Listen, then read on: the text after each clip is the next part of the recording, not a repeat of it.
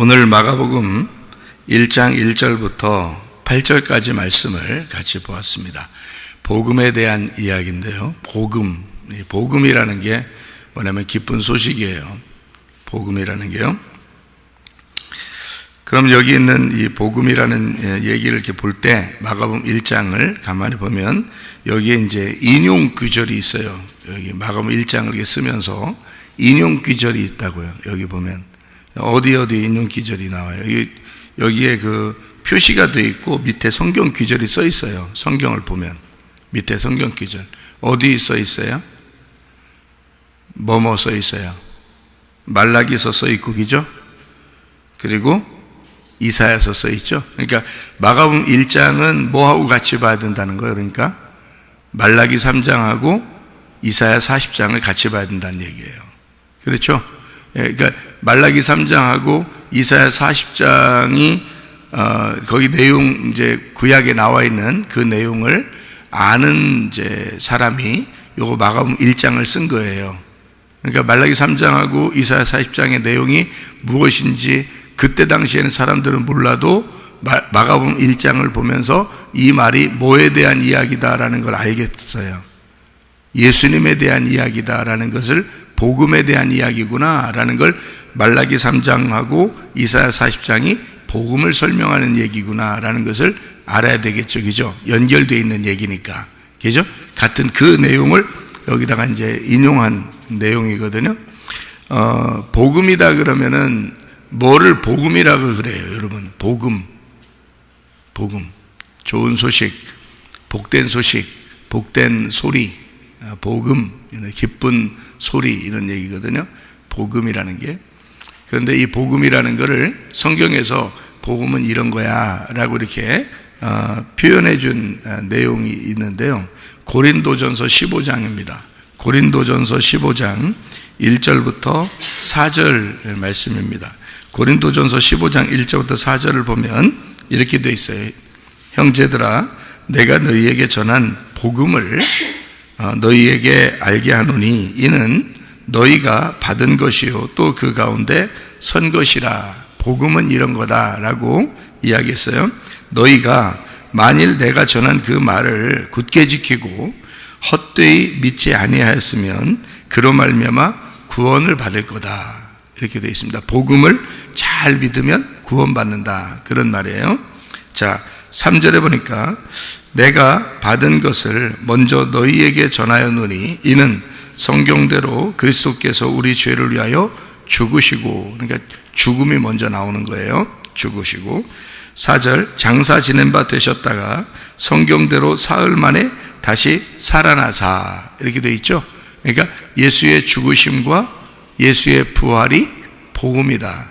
그거를 잘만 알고 너희가 믿으면 그러면 너 구원 받을 거다. 이런 얘기예요. 그죠? 그러니까 복음은 정확하게 뭐라고요? 예수님의 죽음과 부활. 우리는 이제 교회를 다니면서 죽음하고 많이 연결시켜 놓지는 않고 예수님 부활하셨으니까 이렇게 해서 부활하신 날 모인다 그러고, 그리고 예수님 부활하셨으니까 하고서 그냥 예수님 내가 믿는 거야 이렇게 생각할지 모르지만 성경에는 분명히 뭐라고 나와 있냐면 예수님의 그 죽으심과 그 부활에 그걸 정확하게 알고 있으면 그러면 구원을 받을 거다 이렇게 얘기했잖아요. 그걸 정확하게 알고 정확하게 지키고 정확하게 믿는 거예요. 그러면 구원을 받을 거다 이런 얘기거든요. 그래서 우리 교회 오면은 여러분이 항상 듣는 얘기가 뭐냐면 죽어라 먼저 얘기하고요. 그 다음에 하나님이 살릴 거다 이제 이런 얘기를 하죠. 그러니까 죽기만 하면 하나님이 살려주시는 겁니다. 그죠? 그러니까 죽는 것도 내 마음대로 못해요. 말씀으로 죽어야 되고, 그리고 사는 것도 내 마음대로 못해요. 말씀으로 살아야 되는 거예요. 그러니까 죽으심과 부활을 완전히 우리가 말씀으로 하나 되게 알게 되고 그걸 믿는다, 정확하게 믿는다. 그러면 구원을 받는다. 그래서 그걸 복음이라 그렇게 말을 해요. 죽으심과 부활 이렇게. 그러니까 성경은 다 뭘로 되어 있다는 것을 우리가 알 수 있어요. 성경은 먼저는 죽는 것과 그 다음에 부활하는 것, 이 두 가지로 이렇게 성경이 쓰여져 있다는 겁니다. 이 성경이 쉽죠? 그렇게 보니까 참 쉽죠, 성경이. 아, 간단하네. 그러네, 간단하네, 진짜. 죽으심과 부활로 돼 있네. 그러면 성경이 다 해석되는구나. 이것을 알게 되는 거죠. 그런데도 여러분이 해석하기 쉬워요, 어려워요? 어렵죠. 어렵다고 해야지 또 설명도 해주고 그러죠. 자꾸 쉽다고 그러고 하나도 설명할 필요 없다고 그러고 그러면 뭐 다 복사하게. 그죠? 근데 이제 여기 그러니까 죽으심과 부활인데 성경은 다 그거로 돼 있는데, 그래서 선악과 먹고 죽는 거고 생명나무 먹고 부활하는 거예요. 그러니까 다 죽음과 부활이에요. 근데 이거를 이제 어떻게 잘 이제 성경에 어떻게 다 조화 있게 써놓고 그 내용을 잘 이제 이거를 설명을 하느냐, 그 중요한 거죠, 그게. 그래서 마가복음 1장에서도 그 설명을 하고 있는 거예요. 그 복음을 설명하고 있는 건데, 그거를 이제 잘 알게 되면 아, 이런 말이었구나, 요거를 이제 알게 되는 거죠. 그래서 마가복음 1장은 뭐뭐하고 같이 봐야 된다고 했어요? 어디 성경하고 같이 봐야 된다고요? 말라기 3장하고 이사야 40장하고 같이 봐야 된다 그랬죠? 성경 창세기 1장에 보면 첫째 날에 뭐가 있어요? 첫째 날은 뭐가 있는 걸 첫째 날이라고 그러죠? 빛이 오는 걸 첫째 날이라고 그러죠? 근데 빛이 왜 와요? 어둠이 있었으니까 와요. 야, 이 복음이죠, 그죠? 첫 번째부터 복음이 나온 거예요. 그러니까 어둠이 있고 그 다음에 빛이 오더라. 이걸 첫째 날이라 하더라. 이거를 두 개를 둘이라 하나다, 하나의 날이라 해서 그걸 에하드라 그래요. 그래서 첫 번째 날은 첫째, 둘째, 셋째 이런 말이 아니고 하나, 요 단어예요. 희한하죠? 그러니까 원래는 첫째 날 부활하고, 첫째 날 뭐 창조하고, 둘째 날 창조하고, 셋째 날 창조하고 이렇게 나와야 되는데 성경에 창세기 1장에. 근데 딱 첫째 날만큼은 뭐라고 써놨냐면 첫째 날은 저녁이 되면 아침이 되면 이는 하나, 이렇게 돼 있어요. 이는 하나 이렇게 돼 있지, 첫째 날 이런 말이 아니에요, 그 말이. 그러니까 참 희한하죠. 그러니까 그 말만 또 딱 그 하나로만 딱 써놨어요. 첫째 날만 이거 하나 이렇게. 그래서 첫째 날 그러면 우리가 하나 이렇게 이해하는 건데요. 저녁이 되면 아침이 됐는데 이 두 개가 하나다. 이게 하나예요. 이게 저녁 아침. 이게 뭐겠어요? 그러니까 저녁이 되면 아침이 됐어요. 이게 뭐예요? 복음이라는 거예요. 이게 복음이라고 그러는 거예요. 그러니까 복음은 뭐다? 죽으심과 부활. 이게 하나다. 이걸 복음이라 그렇게 말한다. 그러니까 창세기 1장부터 처음부터 다 그런 얘기를 쓰려고 했구나. 그러니까 복음이 뭐냐면 죽으심과 부활이라 그랬잖아요, 그죠? 그러면 저녁은 뭐예요? 죽는 거고 자는 거지. 그래서 잠자는 거예요. 저녁에 자야지. 저녁에 눈 말똥말똥 뜨고 앉아 그러면 안 돼. 저녁에는 무조건 자야 되는 거예요. 하나님이 그렇게 정해놓은 거예요. 근데 자꾸 이게 바뀌어서 이렇게 사는 사람 있죠. 저녁에는 눈 말똥말똥 뜨고 낮에는 자고 이렇게 하는 사람 있잖아요, 그죠? 이게 그래서 그렇게 자꾸 일도 그렇게 자꾸 하잖아요. 낮에 일하고 저녁 때 자고 해야 되는데 이게 바뀌어서 일하잖아. 이게 야근이라고 그러죠, 그죠? 야근을 자꾸 하면요 몸이 자꾸 힘들어져요. 몸이 금방 망가지고 그럽니다. 이게 원래 하나님은 저녁에 죽으라고 돼 있거든요. 저녁에 죽어라, 저녁에 잠자라. 이래서 저녁에 자는 거예요. 예. 그래서 야근하는 사람들이 몸이 금방 이렇게 망가지고 금방 몸이 이렇게 쇠약해지는 게 그래서 그런 거예요. 예. 낮에는 일하게 돼 있고요. 밤에는 죽게 돼 있어요.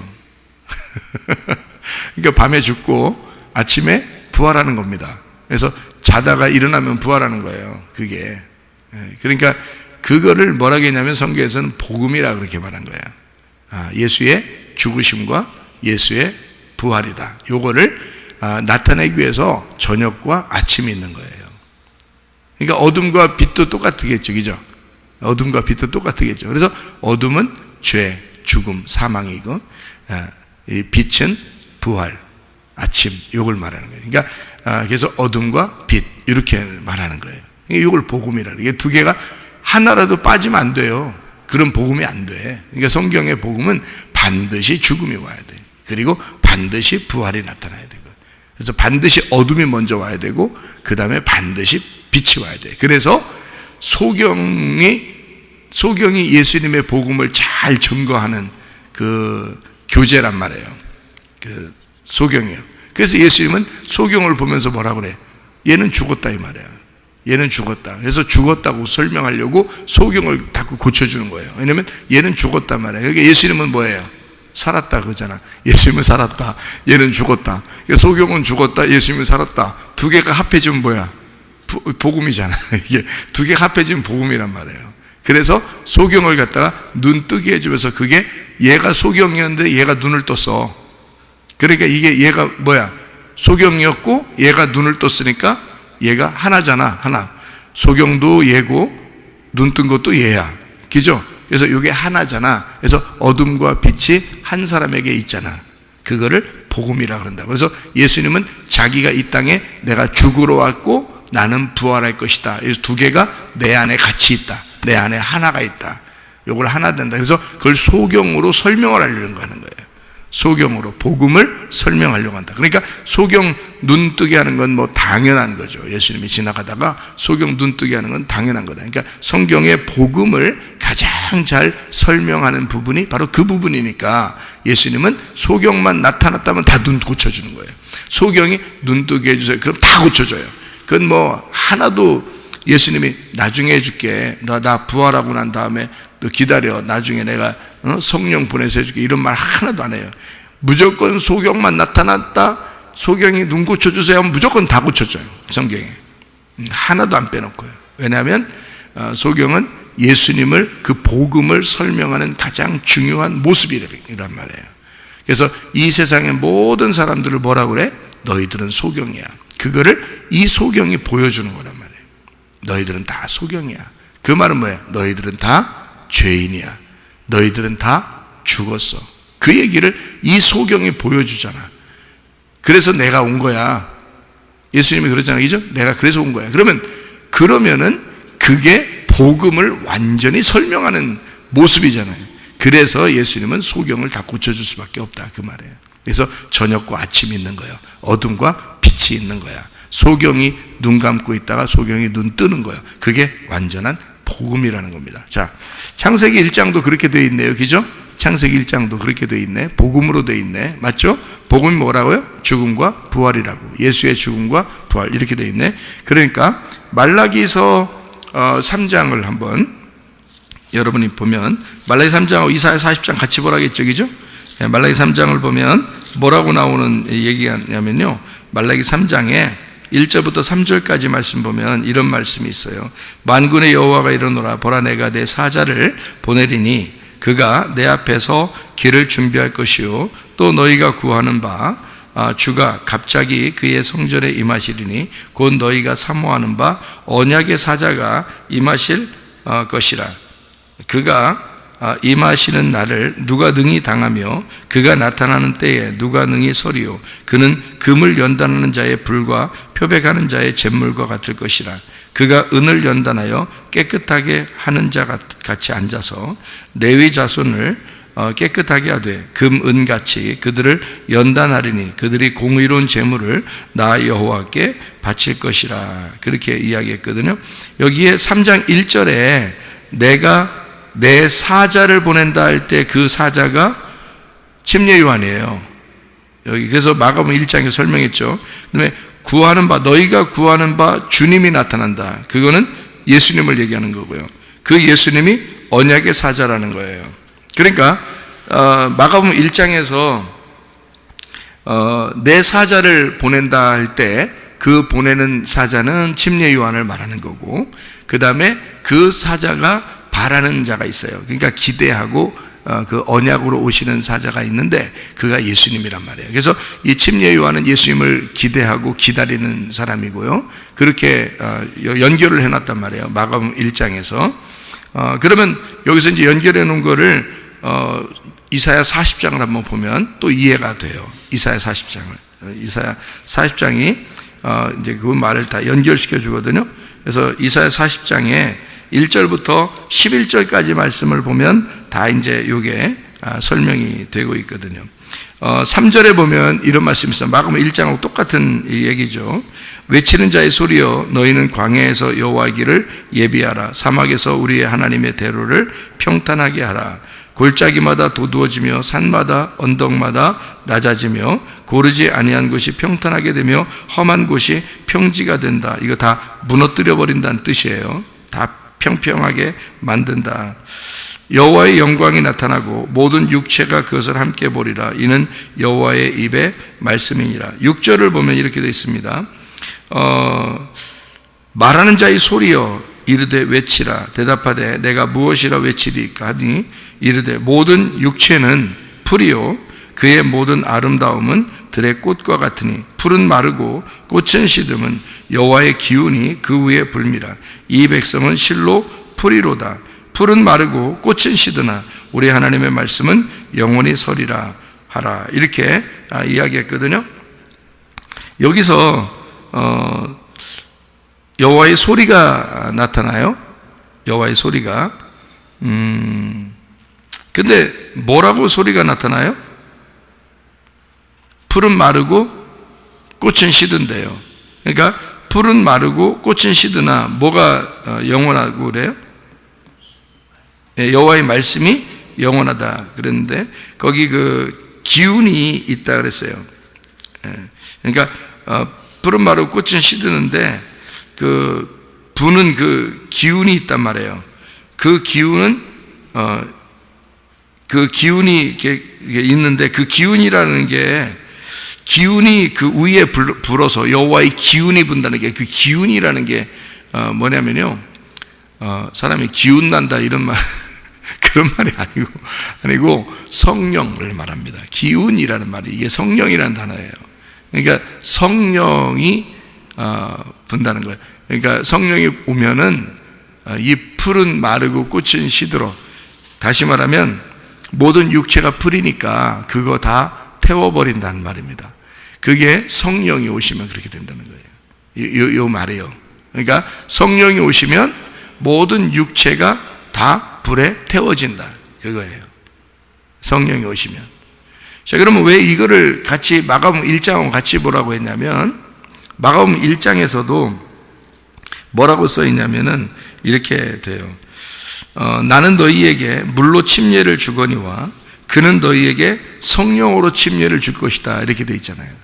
그래서 물로 침례 주는 자는 침례 요한이고 예수님은 성령으로 침례를 준대. 그러면 침례가 뭐예요? 침례가 뭐냐고? 죽는 거죠. 불에 태워버린단 말이에요. 그러니까 침례 요한은 물로써 장사 지내버리는 거고 성령이 오시면은 불로써 장사를 지내버리는 거예요. 그러니까 죽이는 건 똑같은데 물로써 죽이는 거는 육체적인 거고 성령으로 죽이는 거는 영적인 거란 말이에요. 그래서 성령이 오시면 다 태워버릴 거야. 그런 말이거든요. 그러니까 요거를 같이 이제 이렇게 보라는 거죠. 광야에 외치는 자의 소리가 있다 그랬어요. 이건 나팔을 부는 거죠. 나팔 부는 거 똑같아요. 뭐라고 나팔을 부냐면 이렇게 나팔을 불어요. 그 오실 길을 예비하라 그렇게 하면서 주님이 오신다 이렇게 소리를 지르래요. 이게 소리가 먼저 나온다는 거예요. 소리가 먼저 나오고 그 다음에 주님이 오신다 이 말한 거예요. 그죠? 그러면 여러분 창세기 12장에 1절부터 4절에 보면 아브라함 축복이 나오죠. 아브라함 축복. 그 무슨 축복이에요, 거기가? 거기 어떻게 축복한 거죠? 아브라함에게 축복을 하나님이 하시는데 무슨 축복을 하셔요? 본토 친척 아비 집을 떠나라 그러죠. 그죠? 그러면 그게 축복이에요? 본토 친척 아비 집을 떠나. 그러니까 너 있던 자리에서 일단 떠나. 그러면은 아브라함을 어디다가 갖다 놓으려고 그러는 거예요? 가나안 땅. 그럼 가나안 땅은 뭐 굉장히 훌륭한 땅인가요? 여러분 생각할 때 가나안 땅은 온갖 우상과 죄악이 가득한 땅입니다. 거기다가 아브라함을 갖다 놓는 거예요. 그럼 아브라함은 원래 아브라함을 하나님이 선택을 했을 때는 원래 아브라함이 훌륭해서 그런 게 아니고 아브라함을 하나님이 선택했을 때는 하나님이 명령하셔서 아브라함이 가고 싶어서가 아니라 하나님이 가라고 하니까 가야 되는 거고, 하나님이 지시하시는 땅이 가나안 땅인데 그 가나안 땅은 원래 빛의 땅이 아니고 어둠의 땅이란 말이에요. 그러면 그 어둠의 땅에 누가 지금 가서 씨앗이 되겠다고 들어가는 거예요? 아브라함이 씨앗 돼야 돼서 들어가는 거예요. 그래서 가나안 땅의 주인을 바꿔버리는 겁니다. 아브라함으로. 그래서 가나안 땅에 지금까지도 가나안 땅의 주인이 누구예요? 아브라함의 자손들이에요. 아브라함 자손들이 지금까지도 가나안 땅, 지금 이스라엘이잖아요. 그 가나안 땅의 주인이 지금도 아브라함 자손들이란 말이에요. 그럼 왜 그 원래 주인이 아니거든요. 원래 주인이 아니야. 원래 살던 사람이 있었어요. 가나안 땅에 함 자손들이 살고 있었거든요. 그런데 아브라함을 어서 선택을 해가지고 거기 땅으로 보내버린 거예요. 그러면 봐요. 원래 다른 땅이요, 다른 사람들이 살고 있는 땅에 주인을 바꾸는 거잖아요. 주인을 바꾸는 거니까 지금 어디에다가 뭘 보내는 거예요? 예, 어둠에다가 빛을 보내는 거지. 무슨 말인지 알겠어요? 자, 그러려면 어둠에다가 빛을 보내려면 뭐가 와야 돼? 어두운 세상에 빛이 오시려면, 빛을 이렇게 보내려면 뭐가 와야 돼? 뭐가 있어야 돼? 소리가 있어야지. 소리가.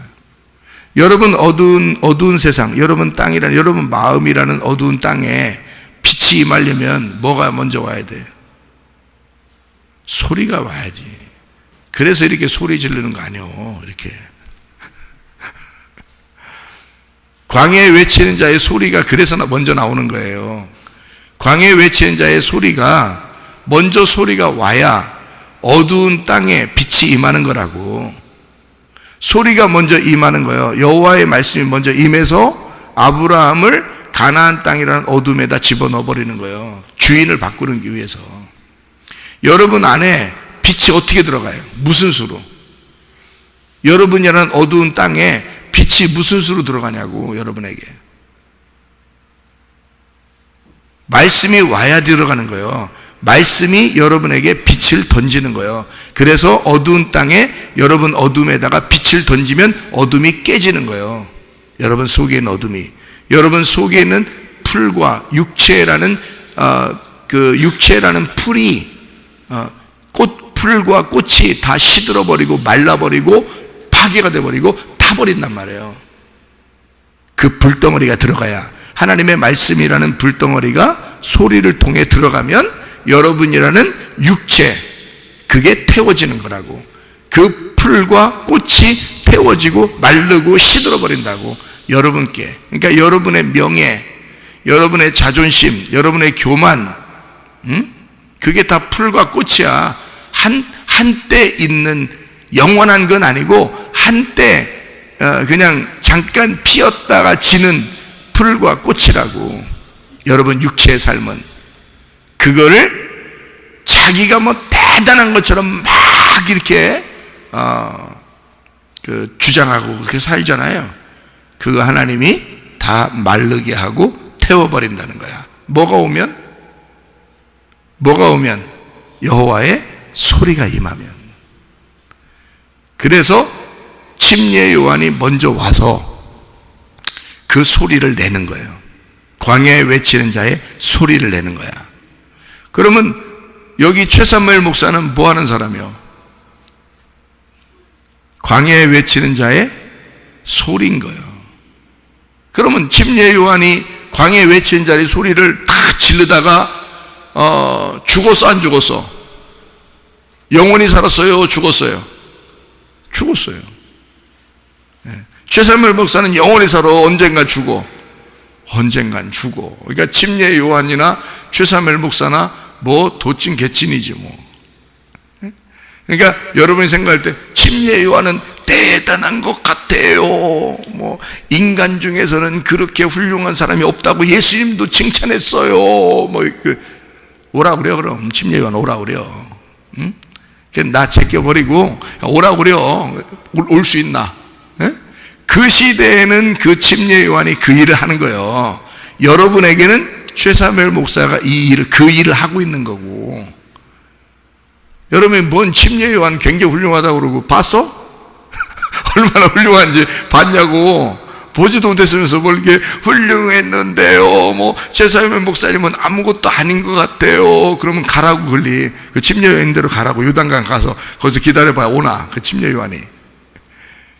그 시대의 침례 요한인 거야. 지금 시대는 그 침례 요한이 나인 거예요. 최사무엘 목사인 거야. 그래서 이 광야에, 여러분 광야가 교회잖아. 이게 교회라고 광야란 말이에요. 이 광야에 외치는 자의 소리란 말이에요. 외치는 자의 소리가 나오면 뭐가 임해? 언제까지? 무슨 소리를 다 내는 거예요? 여러분 육체를 파괴시키고 마르게 하고 시들게 하고, 여러분 아무것도 아니야. 니네는 다 죽어. 여러분 다 육체니까 다 죽는 거라고 하면서 자꾸 얘기를 한단 말이에요. 에? 그래서 자꾸 마르게 하고, 뭔가 막 꽃이 피려고 하는데도 자꾸 마르게 만들고, 뭐 이렇게 자기 자존심 좀 내고 좀 승질도 좀 내고 싶고, 뭔가 막 이렇게 자기 좀 자랑 좀 하고 싶고 하는데 막 자꾸 눌러버리고, 광야에 외치는 자의 소리가 자꾸 눌러버려. 언제까지? 예수님 진짜 직접 만날 때까지. 예수님 직접 만날 때까지 광야에 외치는 자의 소리는 존재한단 말이에요. 예수님이 딱 여러분에게 오시면 그 광야에 외치는 자의 소리는 끝나는 거야. 무슨 말인지 알겠어요? 그래서 목사가 광야에 외치는 자의 소리로 지금 증거하는 거예요. 여러분 예수님 만나라고. 그러니까 침례 요한도 예수님 올 때까지만 있는 거예요. 예수님 올 때까지만. 예수님이 딱 오잖아요. 그럼 침례 요한은 목 잘려 죽는 거야. 머리가 어떻게 돼? 바뀌어야 되는 거지. 머리가 예수 그리스도니까 머리가 바뀌는 거예요. 그래서 목 잘려 죽는 거예요. 그냥 죽을 수도 있죠. 뭐 성경에 그냥 죽은 사람 없었어? 다 있었지. 근데 목이 잘려서 죽는 거예요. 그럼 목 베인 자가 하늘나라에서 복이 있거든요. 목 베인 자가. 그럼 우리 다 중동 가가지고 그럼 뭐 목 다 베이면 좋겠어? 가서 물 끓고 앉아가지고 이렇게 목 베라고 그래요? 그러면 복 받은 거예요 다. 그러면 여러분 같으면 그 순교회 그 아무나 순교하나 이러면서 가가지고 그럼 다 순교하고 싶어? 늙어 죽으면 그 순교도 아니야 그럼? 늙어서 죽으면? 병들어 죽으면 순교도 아니야 그럼? 성경에 다 달라요. 사람마다 죽는 모양이 다 다르거든요. 그런데 그걸 갖다가 똑같이 그렇게 하라는 얘기 아니야. 그 말이 무슨 말이냐면, 목을 자른다는 말은요, 머리를 바꾼다는 뜻이야. 머리를 바꾼다. 그게 그리스도, 그러니까 그런 걸로 따지면 그리스도가 내 머리가 되셨으면 벌써 나도 목이 잘린 거지. 그죠? 그래서 요한계시록 20장 4절, 요한계시록 20장 4절에는 뭐라고 나와?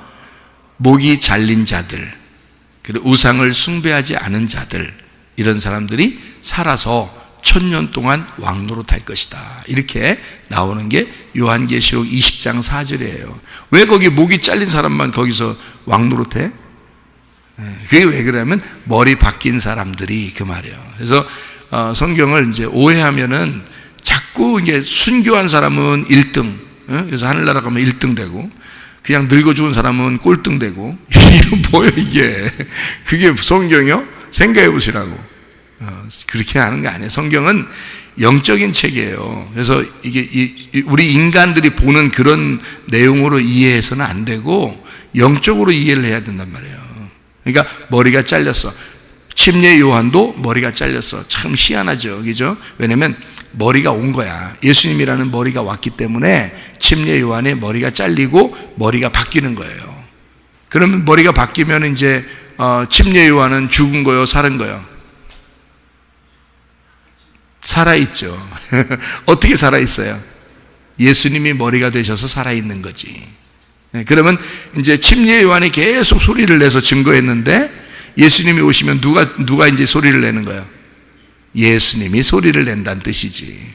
무슨 말인지 알겠어요? 그러니까 침례 요한이 머리가 그대로 있을 때는 침례 요한이 그대로 말씀을 증거했어요. 그죠? 근데 예수님이 오시면 예수님이 말씀을 증거하기 시작한다 그 말이지. 그렇죠? 그러니까 머리가 바뀌었으니까, 머리가 바뀌니까 그렇게 된 거예요. 그래서 그 침례 요한이 와서 말씀을 증거하는 그 그 말씀은 광야에 외치는 자의 소리, 이때는 율법인 거예요. 그래서 이거를 율법이라 그러는 거야. 그리고 목이 잘려 죽고 난 다음에 예수가 이제 침례 요한의 머리를 대신하여 주인이 돼서 예수님이 말씀을, 복음을 여호와의 소리를 증거하게 되면 이거는 광야에 외치는 자의 소리가 아니라 가나안 땅에 외치는 자의 소리가 되고 이게 복음이라 그러는 거예요. 예수님이 외치는 자의 소리가 될 때는 복음이라 그렇게 말하는 거지. 그러니까 침례 요한은 와서 복음을 증거했어요? 율법을 증거했어요? 율법을 증거한 거지. 무슨 말인지 알겠어요? 그러면 이 최사무엘 목사는 여러분에게 복음이다 하면서 막 복음을 증거하는데 그 복음이 사실은 율법이에요? 복음이에요? 율법인 거지. 최사무엘 목사가 증거하는 건 다 율법인 거지. 복음을 설명하는데도 그게 율법인 거지. 구약에서는, 이 성경의 구약에서는 복음을 설명 안 했나요?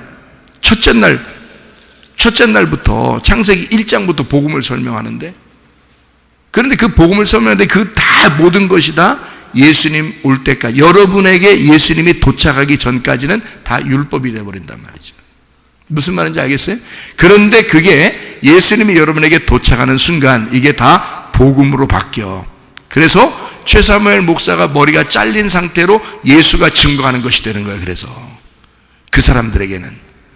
근데 어떤 사람은 아직 머리가 잘리지 않은 사람들한테는 뭐가 되겠어? 율법이 돼서 계속 치는 거죠. 풀을 마르게 하고 꽃을 시들게 하고 불로 태워버리고 그러는 거죠. 그러니까 모든 사람들에게 율법이 돼버리는 거죠. 근데 예수를 진짜 만났어. 예수를 진짜 만났어요. 최사무엘 목사도 진짜 회개하고 예수를 만났어요. 그러면 이 사람의 말이 뭐가 되겠어요? 내 말이 아니라, 저 사람은 저 사람 말이 아니라 예수가 지금 저 사람을 통해서 나에게 말하고 있다는 걸 알게 되지. 그 사람이, 그 예수를 만난 사람들은 그걸 알게 된다고. 예수를 만난 사람들은 최사무엘 목사가 얘기하는 게 율법으로 들리지 않고 복음으로 들려버린다고요. 이게. 그래서 저건 예수가 나에게 저 사람의 입을 통하여 예수가 말하고 있다라고 들린다고요. 복음이 들린다고요. 무슨 말인지 알겠어요? 그러니까 어떤 사람은 율법이 들리는 거고요, 어떤 사람은 복음이 들리는 거라 이 말이에요. 무슨 차이가 있어서?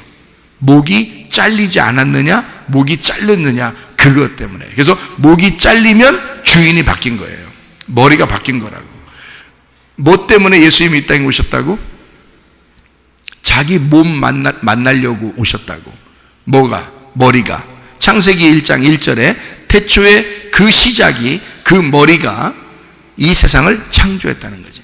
그러면 이 세상 창조한 목적은 머리가 창조한 거니까 몸을 만드는 거지. 몸을 만드는 게 세상 창조란 말이에요. 그 몸이 뭐라고? 교회라고 했잖아. 그거를 바울이 그 빛을 본 거예요. 그 교회에 대한 빛을 본 거예요. 그래서 바울이 교회에 대해서 가장 많이 썼어요. 그 교회에 대해 가장 많이 쓴 게 교회 바울이 쓰는데, 이 성경을 보세요. 생각을 해보세요. 성경이 창세기 1장부터 쭉 내려오다가 바울 서신이 가장 교회에 대해서 많이 빛을 봐서 교회에 대해서 많이 쓰고, 마지막에 그 교회가 신부라고 요한계시록에 딱 결론 내리고 책이 맞춰지는 거잖아, 이 성경이. 그러니까 결국에는 이 성경의 처음부터 끝까지 교회 쓰려고, 교회라는 자기의 몸을, 예수님의 몸을 만들려고 성경책을 쓴 거지. 여러분, 첫 보면 아시겠잖아요. 우리가, 그렇죠? 첫 보면 알잖아요. 예, 그게 교회. 그러니까 그걸 결론이라 그러는 거예요. 결론. 책의 결론인 거야. 성경의 결론. 그게 교회가 신부가 돼서 어린 양의 혼인잔치에 영원히 함께 있는 천국에 들어가는 게 마지막이란 말이에요. 그걸 위해서 세상이 창조된 거야. 그러니까 머리가 자기 몸을 만든 거죠. 성경을 통해서. 무슨 말인지 아시겠죠? 근데 이제 머리가 몸을 만들었는데, 왜 그렇게 몸을 만들면, 몸만 만들면 되잖아요. 몸만 가져오면 되잖아. 그래서 몸만 가져오는 거예요. 여러분의 몸만 가져오는 거예요. 머리는 떼어버리고, 그래서 머리를 떼어버리고, 자기가 머리니까, 좀 무섭긴 하지만, 무서운 얘기긴 하지만 그래도 이게 정확한 복음이에요. 여러분 몸만 가져오고 머리를 떼어버려. 그리고 자기가 머리가 돼버리는 거예요. 그래서 몸은 내 건데 머리가 예수님 거란 말이에요. 그래서 머리가 내 몸을 움직이는 겨. 머리에서 말하는 대로 다 움직여야 되는 겨. 무슨 말인지 아시겠죠? 예. 그게 교회, 그리스도의 머리와 몸, 그러니까 그리스도와 교회, 신랑과 신부라고 얘기하는 거지. 그건 서로 하나잖아. 이건 머리하고 몸은 하나잖아. 그러니까 신랑과 신부, 이게 그렇게 하나를 만들어 놓은 거예요. 완벽하게 하나를 만들었어요. 그러니까 몸은 무조건 머리의 지시를 받아 움직이게 되어 있는 거지. 그렇게 만드는 게 여기 지금 복음, 광야에 외치는 자의 소리가 나타난 이유란 말이에요. 그 소리가 나타나서 그거 만들려고, 이 복음이라고 하는 걸 쓰려고, 죽음과 부활이라는 이 복음을 설명하려고 이 책을 썼다라고 지금 마가복음 1장은 우리에게 설명하는 것이다, 그 말입니다. 무슨 말인지 아시겠죠? 그 복음이 여러분 안에서 충만하기를 바랍니다. 그리고 예수 그리스도가 여러분의 머리가 되셔서 오늘도 그 주님, 그 말씀이 여러분을 이끌어 나가고, 그 말씀이 여러분과 동행하고, 그 말씀이 여러분을 인도해 나가는 그런 생활이 다 되시기를 바랍니다. 기도하겠습니다.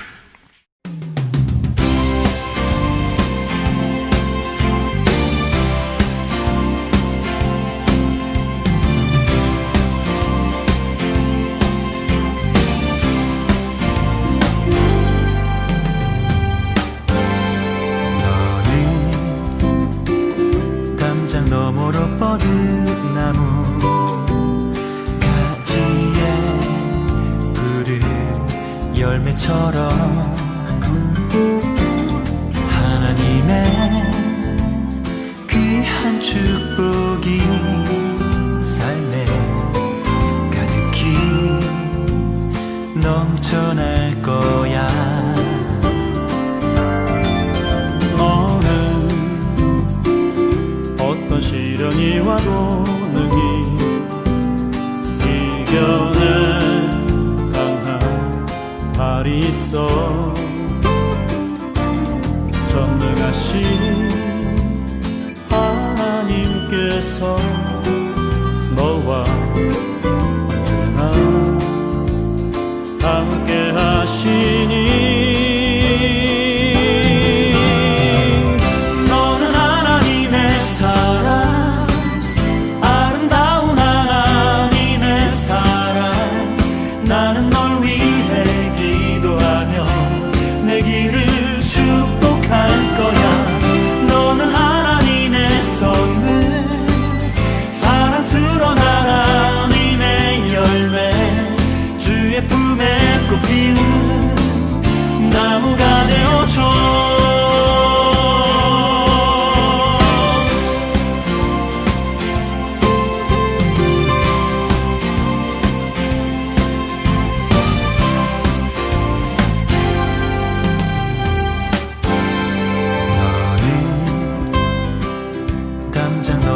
뻗은 나무 가지에 푸른 열매처럼 하나님의 귀한 축복이 삶에 가득히 넘쳐날 거야. 너는 어떤 시련이 와도 능히 이겨낸 강한 발이 있어. 전능하신 하나님께서 너와 언제나 함께 하시니.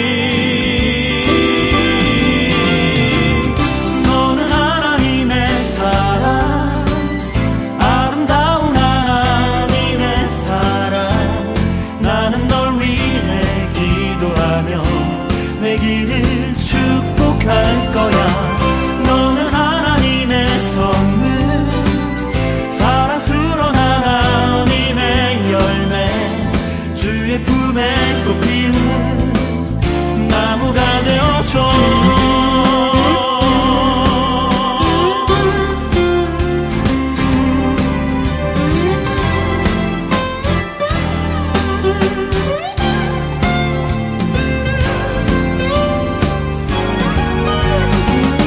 너는 하나님의 사랑, 아름다운 하나님의 사랑. 나는 널 위해 기도하며 내 길을 축복할 거야. 너는 하나님의 선물, 사랑스러운 하나님의 열매, 주의 품에 꽃 피운